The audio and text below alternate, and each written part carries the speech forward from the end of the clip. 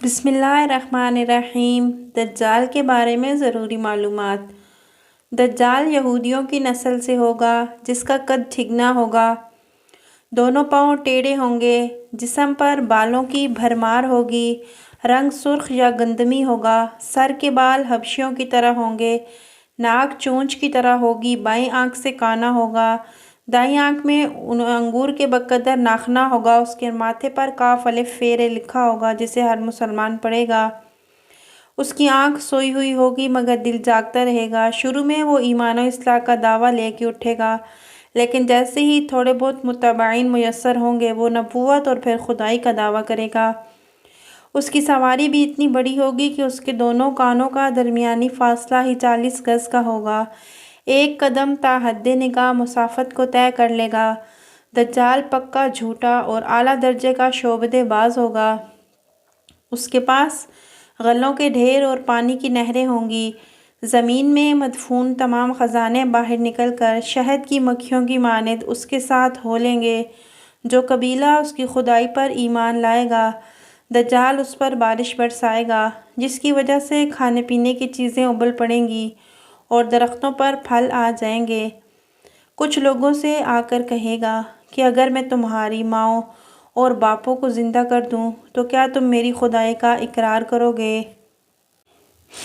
لوگ اس بات میں جواب دیں گے، اب دجال کے شیطان ان لوگوں کے ماؤں اور باپوں کی شکل لے کر نمودار ہوں گے، نتیجتاً بہت سے افراد ایمان سے ہاتھ دھو بیٹھیں گے۔ اس کی رفتار آندھیوں سے زیادہ تیز اور بادلوں کی طرح رواں ہوگی۔ وہ کرشموں اور شعبدہ بازیوں کو لے کر دنیا کے ہر چپا کو روندے گا۔ تمام دشمنان اسلام اور دنیا بھر کے یہودی امت مسلمہ کے بغض میں اس کی پشت پناہی کر رہے ہوں گے۔ وہ مکہ معظمہ میں گھسنا چاہے گا مگر فرشتوں کی پہرہ داری کی وجہ سے ادھر گھس نہ پائے گا، اس لیے نامراد اور ذلیل ہو کر واپس مدینہ منورہ کا رخ کرے گا۔ اس وقت مدینہ منورہ کے 7 دروازے ہوں گے اور ہر دروازے پر فرشتوں کا پہرہ ہوگا، لہٰذا یہاں پر بھی اسے منہ کی کھانی پڑے گی۔ انہی دنوں مدینہ منورہ میں 3 مرتبہ زلزلہ آئے گا جس سے گھبرا کر بہت سارے بے دین شہر سے نکل کر بھاگ نکلیں گے۔ باہر نکلتے ہی دجال انہیں لقمہ تر کی طرح سے نگل لے گا۔ آخرکار ایک بزرگ اس سے بحث و مناظرہ کے لیے نکلیں گے اور خاص اس کے لشکر میں پہنچ کر اس کی بابت دریافت کریں گے۔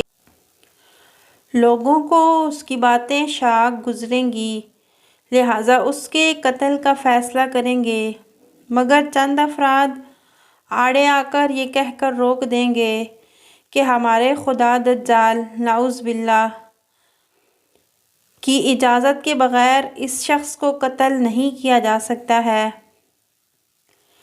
چنانچہ پھر اس بزرگ کو دجال کے دربار میں حاضر کر دیا جائے گا، جہاں پہنچ کر یہ بزرگ چلا اٹھیں گے کہ میں نے پہچان لیا، میں نے پہچان لیا، تو ہی دجال ملعون ہے اور رسول اللہ صلی اللہ علیہ وسلم نے ہمیں تیرے ہی خروج کی خبر دی تھی۔ دجال اس خبر کو سنتے ہی آپے سے باہر ہو جائے گا اور اس کو قتل کرنے کا فیصلہ کر لے گا۔ درباری فوراً اس بزرگ کے 2 ٹکڑے کر دیں گے۔ دجال اپنے حواریوں سے کہے گا کہ اب اگر میں اس کو دوبارہ زندہ کر دوں تو کیا تم کو میری خدائی کا پختہ یقین ہو جائے گا؟ یہ دجالی گروہ کہے گا کہ ہم تو پہلے ہی سے آپ کو خدا مانتے ہوئے آ رہے ہیں، البتہ اس معجزہ سے ہمارے یقین میں اور زیادہ اضافہ ہو جائے گا اور ہمارا یقین اور پختہ ہو جائے گا۔ دجال اس بزرگ کے دونوں ٹکڑوں کو اکٹھا کر کے زندہ کرنے کی کوشش کرے گا۔ ادھر وہ بزرگ بوجہ حکم الہی کھڑے ہو جائیں گے اور کہیں گے اب تو مجھے اور زیادہ یقین آ گیا ہے کہ تو ہی دجال ملعون ہے۔ وہ جھنجھلا کر انہیں دوبارہ ذبح کرنا چاہے گا، لیکن اب کی بار اس کی قوت سلب کر لی جائے گی۔ دجال شرمندہ ہو کر انہیں اپنی جہنم میں جھونک دے گا، لیکن یہ آگ ان کے لیے ٹھنڈی اور گلزار بن جائے گی۔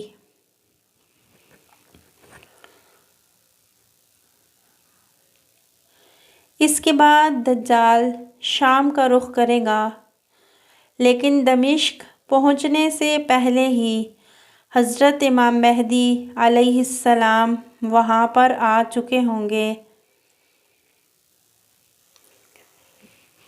دجال دنیا میں صرف اور صرف 40 دن رہے گا۔ ایک دن 1 سال، دوسرا دن 1 مہینہ اور تیسرا دن 1 ہفتے کے برابر ہوگا۔ بقیہ دن تمام کے تمام اپنے معمول کے مطابق ہوں گے۔ امام مہدی علیہ السلام دمشق پہنچتے ہی زور و شور سے جنگ کرنے کی تیاری شروع کر دیں گے، لیکن صورتحال بظاہر دجال کے حق میں ہوگی، کیونکہ وہ اپنے مادی و افرادی طاقت کے بل پر پوری دنیا میں اپنی دھاک بٹھا چکا ہوگا۔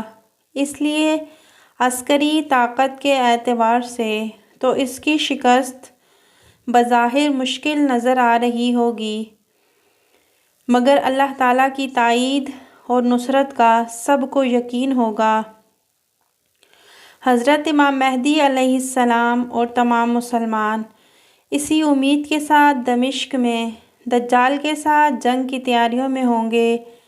تمام مسلمان نمازوں کی ادائیگی دمشق کی قدیم شہرۂ آفاق مسجد میں جامع اموی میں ادا کرتے ہوں گے۔ ملی شہرازہ لشکر کی ترتیب اور یہودیوں کے خلاف صف بندی کو منظم کرنے کے ساتھ ساتھ حضرت امام مہدی علیہ السلام دمشق میں اس کو اپنی فوجی سرگرمیوں کا مرکز بنائیں گے اور اس وقت یہی مقام ان کا ہیڈ کوارٹر ہوگا۔ حضرت امام مہدی علیہ السلام ایک دن نماز جنازہ پڑھانے کے لیے مصلی کی طرف بڑھیں گے تو عین اسی وقت حضرت عیسیٰ علیہ السلام کا نزول ہوگا۔ نماز سے فارغ ہو کر لوگ دجال کے مقابلے کے لیے نکلیں گے۔ دجال حضرت عیسیٰ علیہ السلام کو دیکھ کر ایسا گھلنے لگے گا جیسے نمک میں پانی گھل جاتا ہے۔ پھر حضرت عیسیٰ علیہ السلام آگے بڑھ کر اس کو قتل کر دیں گے اور حالت یہ ہوگی کہ شجر و حجر آواز لگائیں گے کہ اے روح اللہ، میرے پیچھے یہودی چھپا ہوا ہے۔ چنانچہ وہ دجال کے چیلوں میں سے کسی کو بھی زندہ نہیں چھوڑیں گے۔ پھر حضرت عیسیٰ علیہ السلام صلیب کو توڑیں گے، یعنی صلیب پرستی ختم کریں گے، خنزیر کو قتل کر کے جنگ کا خاتمہ کریں گے، اور اس کے بعد مال و دولت کی ایسی فراوانی ہوگی کہ اسے کوئی قبول نہیں کرے گا، اور لوگ ایسے دیندار ہو جائیں گے کہ ان کے نزدیک ایک سجدہ دنیا و ما فیہا سے بہتر ہوگا۔